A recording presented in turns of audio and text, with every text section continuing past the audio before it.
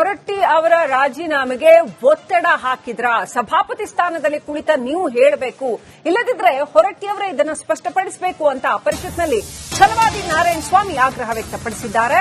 ಸಭಾಪತಿ ಸ್ಥಾನಕ್ಕೆ ನಾವು ಅಭ್ಯರ್ಥಿ ಹಾಕ್ತಿರ್ಲಿಲ್ಲ, ಸರ್ಕಾರ ನಮ್ಮ ಜೊತೆ ಚರ್ಚಿಸಿದ್ರೆ ನಾವು ಅಭ್ಯರ್ಥಿನೇ ಹಾಕ್ತಿರ್ಲಿಲ್ಲ ಅಂತ ಛಲವಾದಿ ನಾರಾಯಣ ಸ್ವಾಮಿ ಹೇಳಿದ್ದಾರೆ.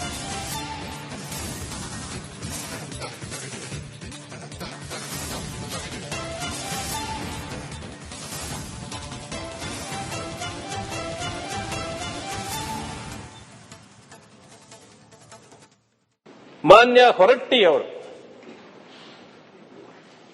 ಸಭಾಪತಿಗಳಾಗಿ ಇದ್ದರು. 14ನೇ ತಾರೀಕು ಇವತ್ತು ನಾನು ಸದನಕ್ಕೆ ನನ್ನ ಕೃತಜ್ಞತೆಗಳನ್ನು ತಿಳಿಸಿ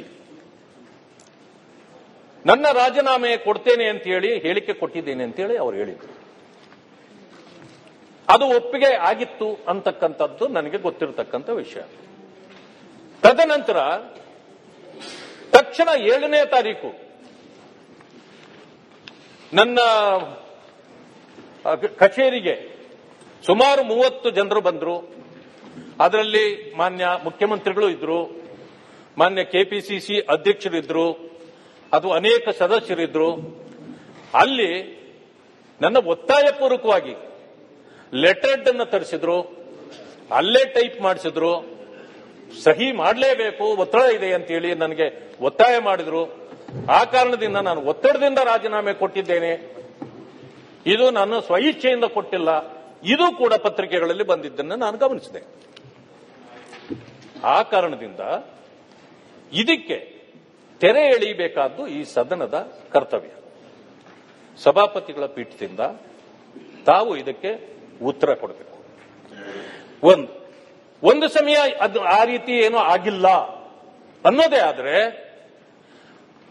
ಹೇಳಿಕೆ ಕೊಟ್ಟವರು ಮಾನ್ಯ ಹೊರಟ್ಟಿಯವರು ಅಭ್ಯರ್ಥಿಯನ್ನ ಹಾಕಬೇಕು ಅಂತಿರಲಿಲ್ಲ.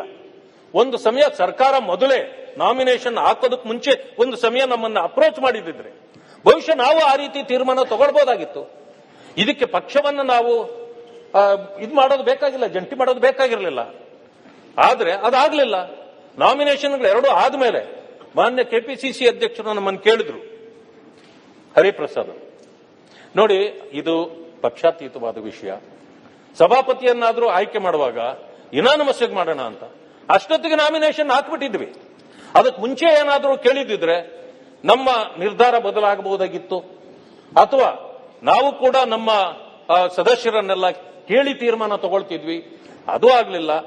ಈಗೇನಾಗಿದೆ, ಸಭಾಪತಿಯವರು ಇದ್ದಾಗ ಮಾನ್ಯ ಹೊರಟ್ಟಿಯವರಿಗೆ ದಬಾವಣೆ ಮಾಡಿ ಸಹಿ ಹಾಕಿಸಲಾಗಿದೆ ಅಂತಕ್ಕಂಥದ್ದು ಬಂದಾಗ ನಾವು ಅದನ್ನು ವಿರೋಧ ಮಾಡತಕ್ಕಂಥದ್ದು ಅನಿವಾರ್ಯವಾಯಿತು ನಮಗೆ.